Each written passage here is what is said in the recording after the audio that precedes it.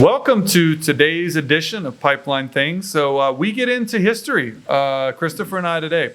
So let me ask you a question. How many of you guys are familiar with, I'd say it's pipeline integrity engineers, I'm going to say the founding events that transformed the industry and created pipeline integrity as we know it today?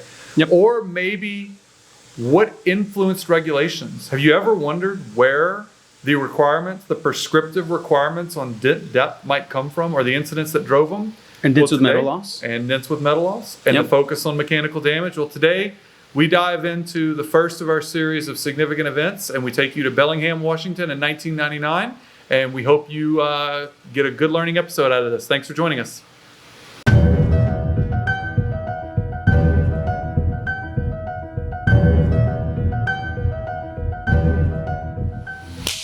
All right, welcome to the Pipeline Things podcast. I'm your host, Rhett Dotson, my co-host, Christopher DeLeon, and we are excited to be in this arc with you. This is going to be a different arc for Christopher and I, if you've already heard from the first episode. And we're going to do, this is going to be the first of a series that we're going to do on, I'm going to say, notable pipeline incidents and the NTSB failure reports that accompany them. I'm excited about that. Before we get into that, always want you guys to know, because I know that kind of like the paparazzi and other people, you guys want to know what's going on in Christopher and I's lives. I know y'all want to know that. You want to know how our summers are going, how we're surviving this Texas, what do they call this? The heat dome? The heat dome or something like that? My goodness, man. It has been warm. But Chris, before we get going, man, how's your summer going? How are you kicking things off? Things are great. We just wrapped up vacation season for us in the De Leon household, so we got to go to stargazing near Big Bend. That was fun. Barton Springs in Austin. How many stars did you see when you went stargazing? So if y'all have ever looked into this, apparently most people in the world have never seen the Milky Way. That's apparently a fact. So I was like, you know what? This summer I'm taking my kids to see the Milky Way. And we have a dark zone around Big Bend, which is fantastic. And so we went, and it was a beautiful night. The moon was completely gone. And there was just these cloud formations were just incredible. They created a perfect blanket across the entire sky, which is not great for stargazing. I'm sorry about that. Yeah, we drove So a when are long you heading way. back? Well, we did get to see Venus. So my kids every night look up at the sky. The blue dot. And they find Venus before it disappears. And so all my kids, they didn't learn about Venus. We'll say that. So that was cool. They learned about Barton Springs. We have. So when y'all drove back, were you like, we're going to go back and try this again? Or was it like, nope? I think that's kind of still in the air. Yeah, it was a long drive. They enjoyed the peaches in Fredericksburg. They enjoyed Barton Springs because we made a road trip out of it. But we'll see. And then obviously we went to beach vacationing. Our family we love beaches. And now what's coming up is we have this outdoor patio which has a nice creek that runs right along our fence. And so we're getting ready for a lot of outdoor activities now. Birthday parties, family get-togethers, all that fun stuff. Yeah, we get the run of birthday parties in my family. It kicks off with Reese in May, and then we get both Aubrey and Caleb. Peyton's the only one that's born, out of cycle in February. And so... Yeah, ours are towards the end of the year, too. Yeah, so it works out. Yeah, and so, it's kind of interesting because you mentioned birthday parties. And I remember you telling me about a birthday party you went to. Because it's going to tie into this episode. Yeah. You guys had like the birthday party on top of the right of way for a pipeline. I remember you sending me a picture, and like there's tents up in the background, there's kids running around, and there was the pipeline right of way marker right there. Like the little warning, high pressure pipeline underneath you. It true as a pipeline integrity engineer and former pipeline operator, it was incredible to see how the home had integrated with the pipeline right away. And as you said, knowingly or unknowingly integrated with the pipeline right away? So that's a great question. So I started taking pictures with the pipeline marker and like doing a certain like angle so you could see how the party and our friend's yard literally is integrated with the right of way, right? And so I tried to get an angled picture where I'm using my phone taking a selfie or an Ussie. If you watch Ted Lasso. Oh, I had to think about that for a moment too. I was like, what? And I mean, you could totally see how there's like this entire setup. And if you could see two pipeline markers in the picture. One of them, which the family had built a brick structure around the pipeline marker where the CP station was with full access. So it It didn't eliminate the ability to do maintenance and monitoring, but they wanted to pretty it up a little bit because it was such an integral part to their front yard. And it dawned on me. So I went and I spoke to our friend who was hosting the party. And I said, hey, do you know what that is? And she's like, I never really thought about it, but I know my dad, built the whole little like casing around it so it didn't look so bad. I was like, yeah, you have a high pressure pipeline there. She's like, is that a big deal? And I'm like, this is fantastic. And I'm like, how long have you lived here? She goes, we've lived here our whole lives. I mean, and that's kind of what you want, right, Rhett? I mean, that is, look, 100%, man. A stone's throw from my house, I probably could throw a baseball and hit it. I have the Tennessee gas pipeline system, the TGP system. All three of those lines come through. And so every time I pull out of my subdivision, I can see all three of the markers right there. It runs right behind the subdivision. And I'm always pointing out to my wife, and she's like, whatever, I don't know what any of that is, and I'm not really interested. Which is, I think, to some extent, how you want the public. That's how you want it, yeah. If they're not aware that there is a high pressure, either gas or liquid pipeline, and they feel, let's say, safe enough to host a birthday party on top of it, routinely drive across Safe enough or ignorant enough? I mean, ultimately, I think that's the question, right? I think it's fair to say that maybe the unawareness and ignorance go hand in hand to some extent, right? I mean, the pipeline company obviously makes them aware because you've got the marker there, and so the pipeline company does its job. But they don't care enough because they don't have to interact with it on a daily basis, which is exactly how I do believe we want the public. Yeah, and I mean, these interactions happen in all kinds of ways, right? You mentioned the TGP system. We have, and again, it's all fair because everybody's doing a good job right now, we have a creek right here next to the side of our home. And almost every day my kids say, hey, Dad, take us out on the creek on the Polaris. So we open the back gate and we hightail it, and we see the pipeline mark, right, where it goes under the creek, and it's an enterprise liquid pipeline, and it's properly marked and all that fun stuff. Or the Walmart down the street, we have a pipeline that literally cuts across the Walmart parking lot, right? And it says high pressure gas pipeline. It's pretty interesting because you see the white poles with the yellow signs.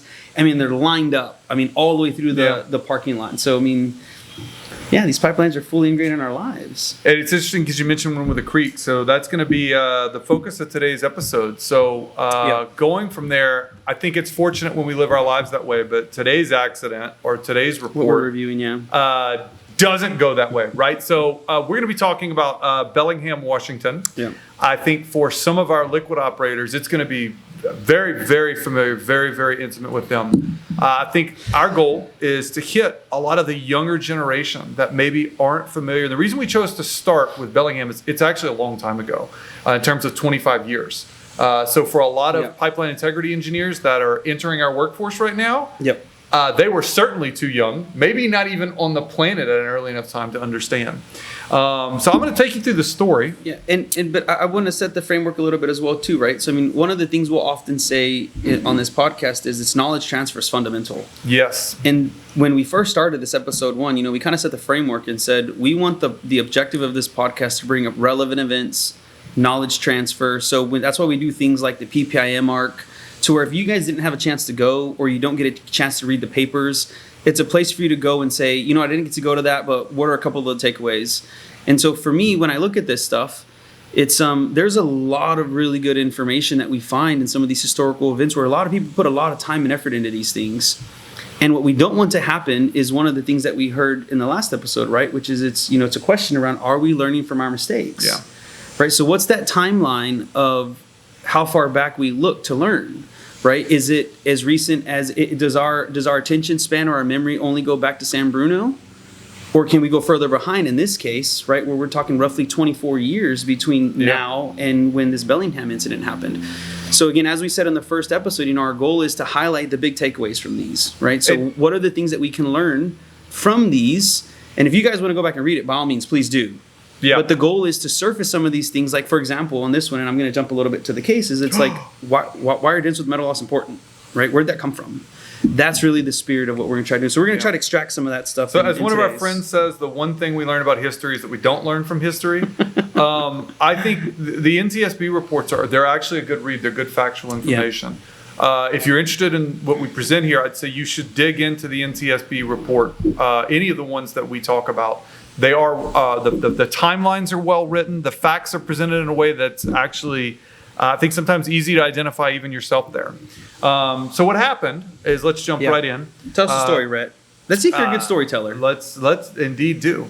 So you have to imagine that it's June 10th, 1999. I don't know where you were June 10th, 1999. I was in high school. I was a junior in high school as well. Yeah. We're in Bellingham, Washington, near Whatcom Creek, right? And so people that are from Washington, it's not quite like Houston, a little more wooded. This is a very, I would say, a pristine outdoor area. It's a popular area for people to be outdoors, very lush park. I mean, it's kind of like feels like Rivendell out of Lord of the Rings to some extent when you see it on the videos. And the key, I think you said, is it's June, it's summer. Yep, and people are outside, and it's 3:28 p.m. So the incidents that surround this particular pipeline failure are when people are out and about, right? You have kids coming home from school that might be going things after. You have people driving home from work. In contrast to other failures that might happen in, say, the middle of the night. Exactly. Right. So what happens is next to Whatcom Creek, or actually within Bellingham, I really should say, there's a pipeline operated by Olympic Pipeline. Yeah. And it's a 16-inch line that transports refined products. In this particular case, it's gasoline. It experiences a rupture and dumps 237,000 gallons into Whatcom Creek. It flows into the creek and it ignites. But the series of events that led to that is really what's kind of interesting, Chris, because what we see, and I'm going to take you through the timeline, is you see this, it's not, at Bellingham, it's not one thing that happened. It is a cascade of things that happened here. Almost any one of them, if you took out of the picture, wouldn't happen. It's that characteristic Swiss cheese model, right? Yeah, but you don't always get that in every failure. But in this one, it's like as you read, you're like, oh man, if that, you probably wouldn't have ended up with the precise events, at least on this day that we had happen. Yeah. So starting off, they're operating the pipeline. They're actually switching the product. So they're going to be moving the product from one refinery to another refinery.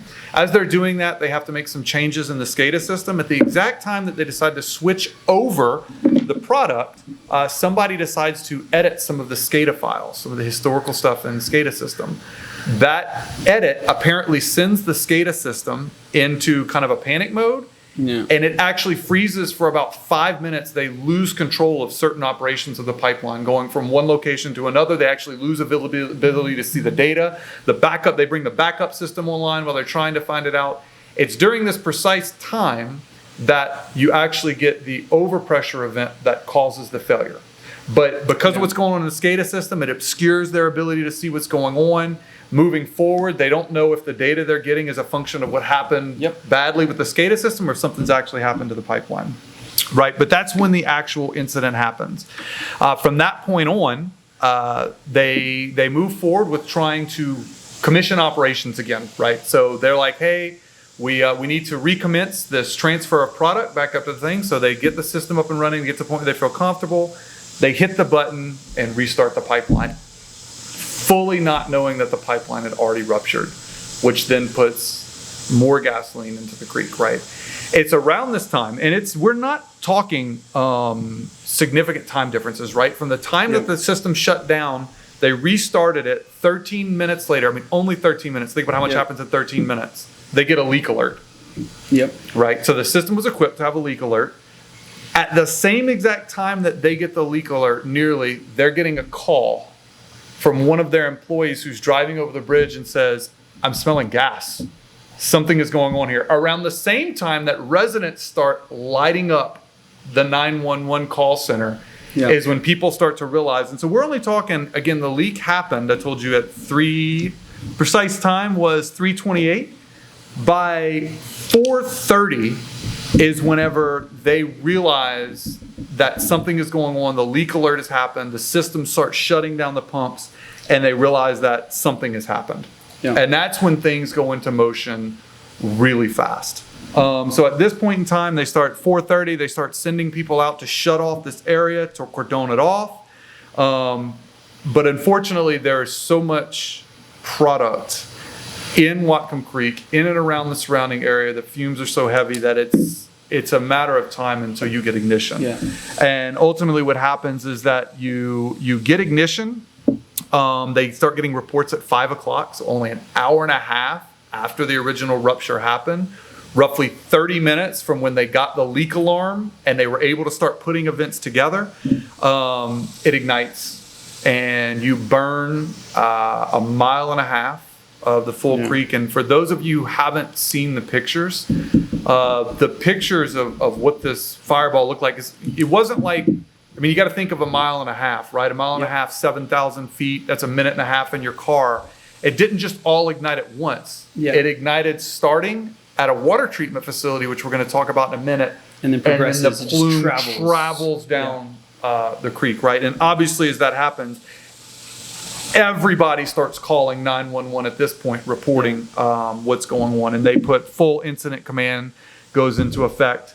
The actual fires continued to burn for 4 days. Near the water treatment plant before they were able to get in there and actually fully put them out.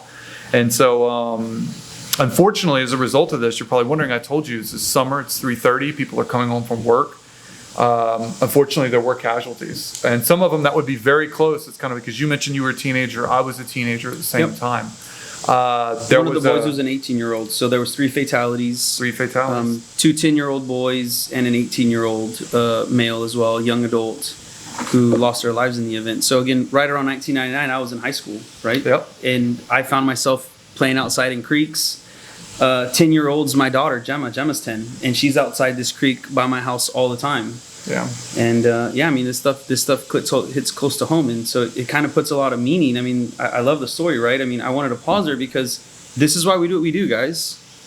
This is what we don't want to happen, right? And it's really interesting because the two boys actually eventually succumbed to burns that they suffered, right? Yeah. So they were airlifted. Yeah. The older gentleman that died actually succumbed to asphyxia and drowned, they believe, as a result.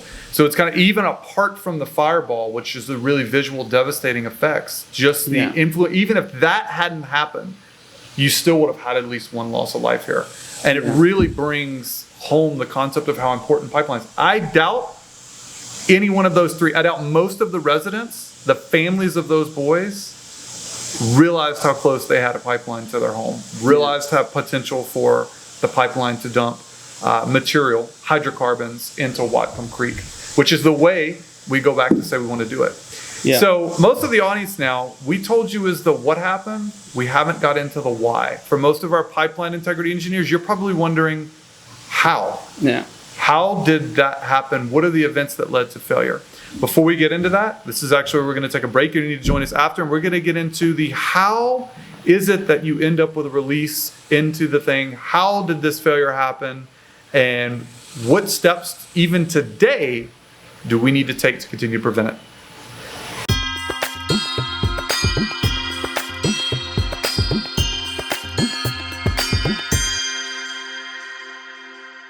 All right, welcome back to Pipeline Things, where we're going to pick up our discussion. So where I left you off is I told you what physically happened in Bellingham, Washington in 1999 in terms of the events that took place, right? What we haven't gotten into now is what led up to that, how it failed, and the fallout. Yeah, the downstream effects of it, right? Absolutely. Per se, the downstream effects. So a couple things. If you are a listener to our podcast, we really encourage you to go to YouTube and watch the Bellingham disaster video. It's old school. You get to see a lot of cool cars like Crown Vics and old Metro buses and all that fun stuff. It's a little bit nostalgic, but the story, it really hits home. And we have a customer of ours that has told us that, that used to be kind of part of the rite of passage when you were a new employee going into the organization. You had to watch this video to kind of ground you a bit into understanding why what we do is important and the duty of care in everything that we do, right? And having this mentality of public safety, social license, all that fun stuff. So do us a solid, go to YouTube, Google Bellingham disaster, and, take a look and listen. I think that's really helpful. One of the other things that was important from this is it's as part of the effects of the Bellingham failure was a judge awarded effectively $4 million that was used to establish the Pipeline Safety Trust. And the Pipeline Safety Trust, as we said, is a direct birth of this incident. And the way they kind of describe themselves, or they describe the industry, is they're kind of like a watchdog for pipelines. And so whenever there's new regulations or there's happenings, you can trust that the Pipeline Safety Trust is providing insight, always with this idea of public safety and let's not let this happen again. Yeah. So absolutely encourage our listeners to check those videos out. So let's jump in those resources out. And it is a good video to watch.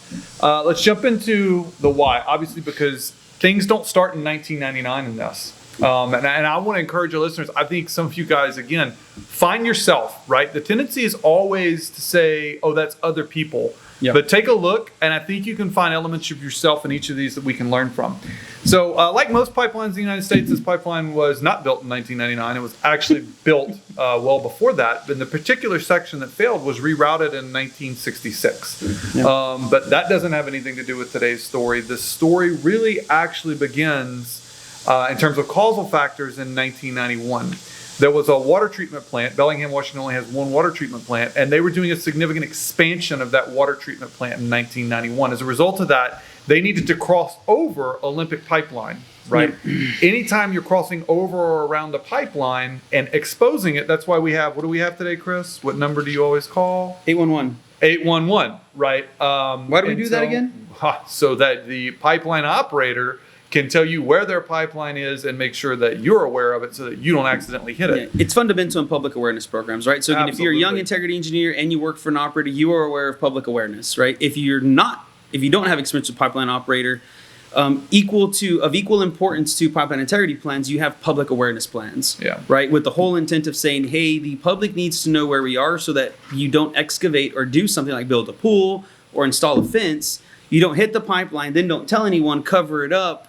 And then that is now a new integrity threat that needs to be managed, right? So we like 811. And this is exactly what plays out here. So what happens is they expand. They have a 72-inch water line, multiple PVC pipelines. They have some challenges in where the water plant wants to put the actual tie-in. And believe it or not, they're actually really good communication with Olympic Pipeline throughout all of this, right? And Olympic Pipeline actually has records of sending their investigators out there to watch while they're doing excavations. But because of the challenges and maybe because of a little bit of complicity, who knows, there are several instances where it's pretty clear that Olympic Pipeline wasn't out there while their pipeline was exposed. It's also clear that they had to make changes to where the water pipeline or the water treatment facility needed to dig, didn't let Olympic Pipeline know. So while Olympic Pipeline was aware of a lot of stuff, it's pretty clear there wasn't aware of some other stuff. There's also conflicting reports when they interviewed people. One guy said, oh, I remember when they dug it, they hit the pipeline multiple times as an electrician, and he said, and they had me go in there and coat it with mastic. They went back. Other people couldn't corroborate his story. The end of the day, it doesn't really matter what actually people said. What we know happened is that at some point during these excavations in 1991, Olympic Pipeline was struck, not once, but multiple times along approximately, I think it's a 27-foot stretch. There were multiple dents, multiple gouges, where it was pretty clear that the excavators that were used there had hit the pipeline. So pipeline integrity, that threat is what? Third-party damage, Third-party damage, right? So, and we have tools to assess the integrity of a pipeline as it relates to third-party damage. Absolutely. And believe it or not, that's where this story gets more interesting, right? Because after that happens in 1991, right? And in November of 1991, they contract with Tuboscope to perform an inspection. Tuboscope, your linolog. I've heard you say that. Was a linolog there when you were around? I'll be honest with you. So my career with inline inspection, we ran a lot of Tuboscope based products through linolog, but that wasn't until probably 10 years later, almost in 2008. So before they dug, they had an original 1991 inspection with Tuboscope. They ran again in 1996 after the construction of the water treatment plant with a different, or with the same Tuboscope tool that they ran here. And then they also ran an MFL inspection as well, right? Yeah, so both of those were MFL, right? Yes. So the 1991 inspection, I think, was dubbed as a standard resolution MFL. And in 1996, we have reason to believe that it was an improved MFL-based technology. Yep. And they do highlight the intent that they did a comparison for them, right? It's an MFL. You're right. Yep. Thank you. On the Enduro was an It's a caliper tool. Tuboscope was Yep. an MFL. Enduro they ran separately Yep. a caliper tool following the 1991 inspections and following 1991 improvements to the water treatment plant. Yep. What's interesting is the Tuboscope inspection found multiple features. The 1996 one, to be The clear. 1996 one found multiple features. They classified one anomaly as possible mill mechanical that was 0.4 inches long with a 23% wall loss. Yep. They reported a second feature, possible mash. They actually don't even define possible mash in here. I'm wondering if that's like some sort of British term. Yeah. I was like, never heard of that before. And then another feature identified as a possible wrinkle bin. Yep. What's significant about these is none of these features existed in the 1991 inspection prior to the expansion of the water treatment So plant. big takeaway, right? And again, we have all different level of people that listen to our podcast, right? But the idea here is we were integrating data even back in the 90s, right? So a lot of the stuff that we should be complete experts at, I feel like unfortunately back to, what are we learning from our lessons learned is we still struggle with data integration today. Yeah. Right? I mean, how often do you get an ILI report where you challenged or requested or made part of your scope that the most recent inspection that you provide the vendor with that data for integration? There's always this chasm, I feel like, between blind trials to make sure they're doing a good job versus let's have this mindset of integrate all the data and make the best decisions possible. So when they did that back in 1996, which I think they labeled the person who did the work as an engineering assessment. So wait, it's kind of funny because I didn't finish. Oh, go ahead. That was you're referring to the Tuboscope inspection. There was an Enduro inspection that also called a caliper-related deformation. Yeah, but what I was going to build there is so they were doing data integration back then, right, guys? And so what they did with this engineering, this assistant did, is the way they called him, is he did what we would do today. Yep. He takes the 1991 run, MFL, he compares it to the reported features. It's unlikely he did signal analysis because they were using cards and scrolls back then. Yep. But cards to compare magnitudes, like they draw lines on it, and then as they go through the log, they'd see how big the deflection was.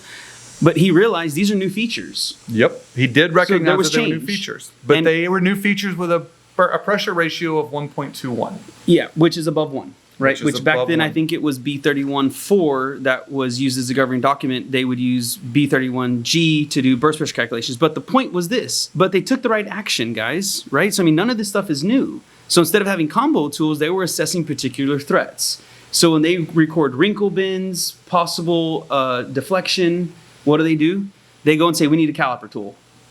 And that's where Enduro comes into play. And then they run the caliper tool. As I mentioned to you, Enduro finds similar features, not at the exact same log distances, Sure, for obvious reasons. Why is that obvious, right? I don't know if that's obvious. Because Why is not every tool's odometer system is identical, right? They're not going to record it. If it records it at 100 feet one inspection, it's not going to be exactly 100 feet in the next inspection. But Enduro reported a 0.45 inch total sharp defect in the same area. Right, so now they have two inspections that are telling them there's something here, and it begs the question, what actions do they take? Yep. What's interesting from this point is they do begin taking actions on some of the anomalies in the line, but they don't end up taking specific action here because of a few oversights. You mentioned that it was a non-degreed person performing integrity calculations. Well, we don't know if they were non-degreed. No, he did. It said it in here. I think there's two elements that we need to. Again, we're looking back, and we're sifting through this, right? We're trying to find lessons learned that we think are applicable. So as you're hearing this, you think back at your organization and say, how do I address this? Yeah. Right? And one of my favorite episodes that we've done was during the World Cup arc, and we talked about SMEs in REN 2. Right, and PHMSA has clearly communicated they want to start documenting what tasks or processes and what qualifications you have to make decisions or be an SME. And so the question here is, one, it was an engineering assistant, which again, we're not judging, we're raising questions, right? What qualifications were needed? But I think the other thing that was important here, Rhett, which you haven't highlighted yet, is where these features were found were in the area. Facility, Exactly. in the water treatment facility grounds, right? And so that's a great opportunity to start integrating information, right? So when we think as integrity management, I always like to bring that component to this. We often think we're in integrity management and we use risk. Yep. Right. And risk is probability of something happening by the probability of or the consequence of that thing. And there's other metrics we can do, but we're trying to keep it simple today. And so that's when you start integrating this, not just was it there or not, but where is it and how can that become relevant, right? And he took those steps. What's fascinating to me is he took the steps of going, look at the alignment sheets. He noted that there were crossings there, Yeah. but the crossings didn't have the date on the alignment sheet. So he incorrectly assumed or didn't look into when the third-party crossings happened and didn't attribute the change to the crossings. Yeah. Furthermore, and I think this is what's really fabulous, when you read why he decided not to take action, on the fact, I mean, even absent, he had a sharp defect, he had multiple call-outs. Yeah. Why didn't you take action? He says, I had lost faith in Tuboscope's ability to identify deformations because the tool had previously failed to find a buckle that Olympic Pipeline had experienced a failure with. So the guy has one bad experience with the tool and is now biased towards writing off its results. So he has information in front of him and he says, yeah, you know what? These guys missed this back in the day. I'm not going to spend time and money here. But we don't see that anymore though, Rhett, right? I mean, we've learned our lesson, right? We never see that happen. We never see where an ILI system, which is the mandrel, you guys hear me say this all the time, right? The sensors, the evaluation process, and the people, right? I mean, how many times when we were at a former employer do you hear a customer say, we need to change our lead analyst. This isn't working for us. Right? I mean, there's so many components to go into play. So this concept, you bring this up, and we talked about that during the SME podcast, was bias, right? It's real. And how do you account for that? Yeah. How do you recognize whenever you have information that's warning you, but you're biased a certain way again because you had, in this guy's particular case, experience. One bad experience where they got caught with a really bad failure and it didn't call it. So I actually, you know, one of the things that come to mind, and we won't go down this road too long, is it's, you know, API 1163 requires, you know, level 1, level 2, or level 3 validation. And in that, it says that, you know, you're supposed to leverage past experiences, right? And so you would say, hey, there's grounds I have experience either with this vendor or this pipeline or this threat to where I can make a decision. And that technically 1163 allows you to do that. So one of the things I maybe give us some food for thought there is while that's true, what it also requires you to do is to maintain a database. Right. With not the specific data. Yes, with the specific data. You have to have specificity in how you're going to do this validation, independent if it's a level 1, level 2, level 3. This is like saying, hey, I got caught up once in traffic on the Hardy Toll Road. I'm never, ever taking the Hardy Toll Road again. Don't talk about Hardy Toll Road. That's how I travel. Exactly. You guys stay on 45 and 99 of the Beltway. So I think it's interesting. But let's take it a step further. In the end of the day, they do decide to issue a dig report and an excavation for this feature. Yep. And it still doesn't get taken care of. Swiss cheese, baby. Swiss cheese. It's amazing. It doesn't get taken care of because they go out to dig and they find the area is too wet, too difficult to dig in, so it gets delayed. Yep. Rescheduled. We can say start picking delayed, words. rescheduled. Point is, it actually never gets dug. It actually falls off of the integrity management radar until eventually it fails on its own accord, right? Yeah. And I think what's interesting there is, again, how many things had to happen, right? If it hadn't been wet, if maybe they would have had somebody who was a little more proactive, maybe if they hadn't had the previous failure on Enduro, any one of those things, they're out here and they're excavating it. But you get all of them together and you get a feature that 8 years earlier had been struck on the pipeline. You have data 6 years later that strongly suggests you need to take action. Yeah. And then 3 years later, it fails on its own. And we end up with, as we mentioned, 3 casualties and significant changes to pipeline regulation. So I did not know this. I found this out, Chris, because we mentioned, and I'm curious how many of our viewers know, the requirements, the mandated requirements on dents that came out of this. I've always had people ask, why are our dents descriptive? The dent that failed ended up being right at 3%. Right, and so now in the federal oversight section of the NTSB report, they write Since the accident, the OPS has issued an integrity management rule that added requirements for the evaluation of defects identified in inline inspections. So we see OPS, it was OPS at the time. We don't have PHMSA yet. Yep. OPS has responded by saying, hey, now you will do this. And here's what they changed. Specifically, an operator will schedule for repair or evaluation within 60 days all dents, regardless of size, located on the top of the pipeline. Yep. So what do you see? We have a huge failure. We have catastrophic consequences. PHMSA says OPS at prescriptively. OPS. Thank you. Prescriptively, every dent, top of the pipe, liquid pipeline, 3%, you're going to dig it. And it's prescriptive. So what does that mean? It means that whenever in another scenario where maybe you have proper data integration, maybe you really know the cause of it, you're now bound to dig it. Yep. We're going to over dig rather than not dig enough. Have we seen that? Oh yeah, absolutely. Since that, man. right? I mean, we see that on both sides, right? This was a liquid line, which is more susceptible to fatigue, and therefore, if you have deformation, you have stress concentration, you have initiation of crack, et cetera, et cetera, et cetera. We're actually, I'll share. We're probably going to talk about another incident that had a mode of failure based on that. But today we also see that on the gas side, right? So where we've seen regulation before RIN 2 came out that basically states that if you have any dent with any metal loss, you're going to go dig it. Yeah. Right. And look, and if we go back 24 years ago, that's what we had here. And so it really begs the question: if we are still being held to processes that are that conservative, it's a rhetorical question here. What role do we have in that? Right. And so apparently our regulators feel that they need to continue to manage us with prescriptive regulation to ensure that the public remains safe. And I mean, in the face of when you go back and an analysis like this, Chris, it's almost hard to argue. Like it really kind of is, because you look and you're like, man, we weren't good enough at that time, clearly, with what we were doing here. But things are different now, right? We have 1183. Yeah. So, well, before we do that, I want to leave our audience with Chris and I'm going to say glossed over a number of other contributing factors because it's harder to get into the weeds of the repair and bypass valve and the roles that those played and some of the other things. The release valve. I would really encourage, again, the audience, if you want more information on that, definitely dig in. But I want to talk about the ones that I feel, again, we say the only thing we learn from history is we don't learn from it. Chris, I want to read this. In order to ensure the integrity of a pipeline, the operator should assemble and evaluate all of the pertinent pipeline data available. That was written 24 years ago. Yep. That is in regards to how you should evaluate inline inspection data with respect to this failure.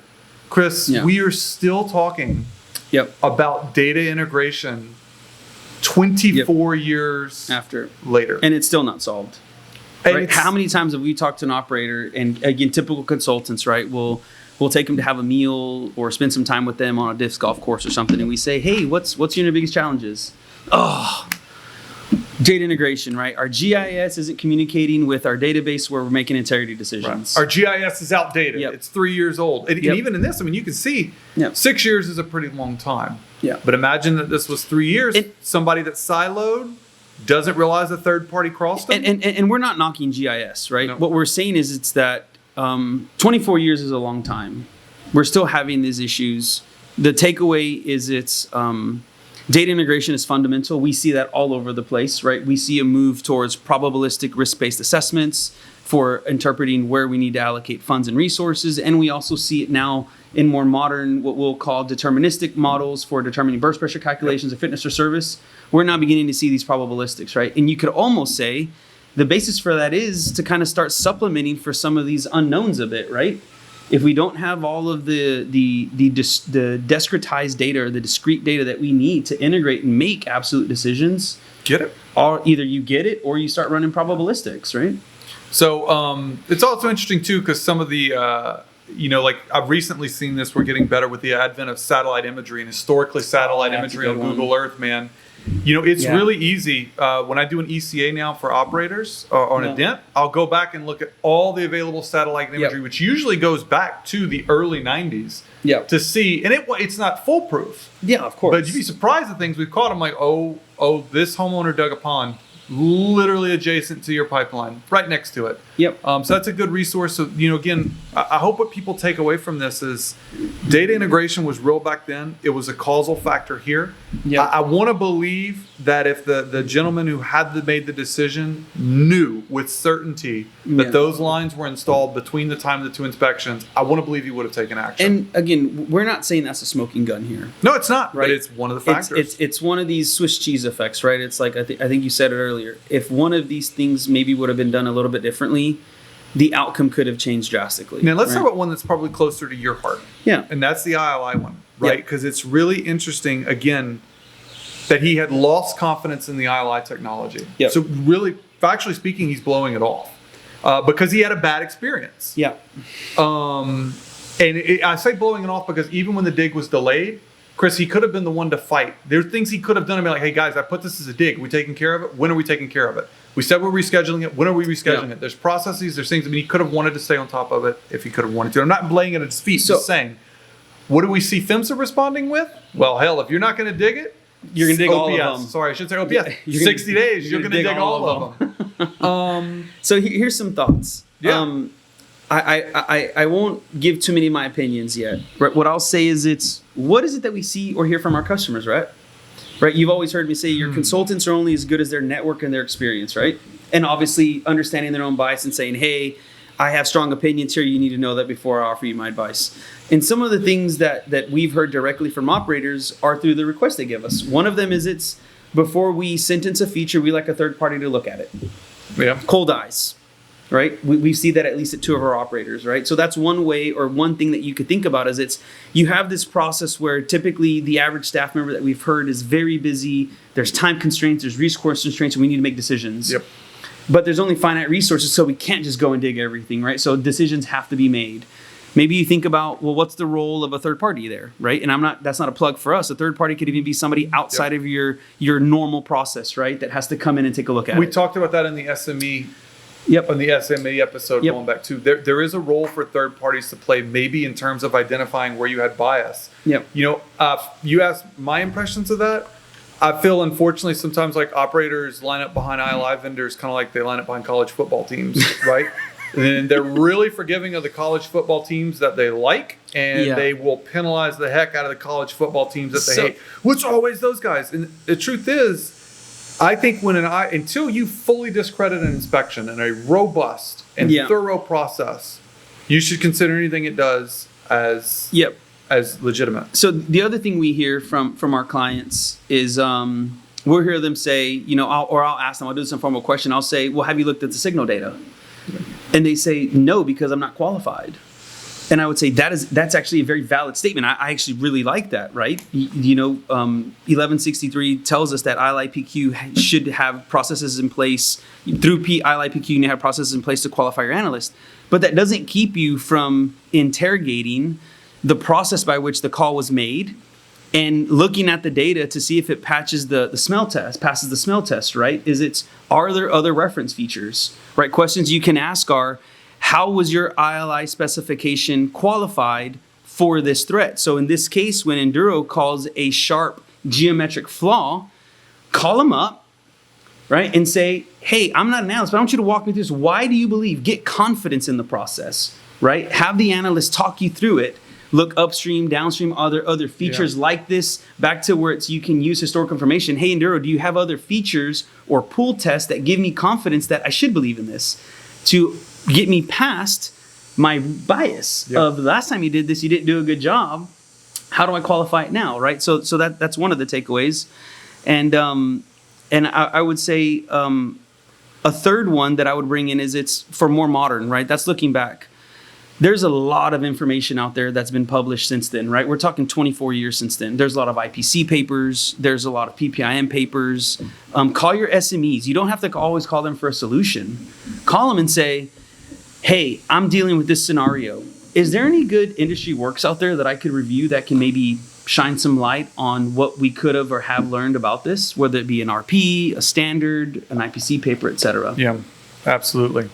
So, and again, I think, if there's one jewel maybe that came out of here that is kind of nice, they did commend that the emergency environmental response to the release was effective and well managed, right? So we at least got that. I do think that's one thing, is that response was good on the part of the pipeline operators. Well, So yeah, I mean, positive there. if you watch the video, I mean, you see everybody mobilized. They knew something was coming, Right. But at that point, it's what's the likelihood? We that wish you we didn't need to eliminate- be good at that. That's the Exactly. key. We wish we Right. didn't need to be Yeah, good at you that. could have limited the consequence. So, But again, that happens. Yeah. What you take from here, and I want people to know, is if you're in the pipeline industry, this is the first, I'm going to say maybe in our lifetime, our recent the lifetime, biggest the first that impact to many of regulation. us, that to creation of the pipeline safety trust, you Yep. see influence of prescriptive regulation coming down, but this isn't the only one. So I'll put a plug where we're going next. Well, it's also kind of what we talked about in the last episode, right? Is it's the NTSB findings or those scenarios or cases where the NTSB get involved often end up influencing regulation one way or another. Yep. And this is just one of those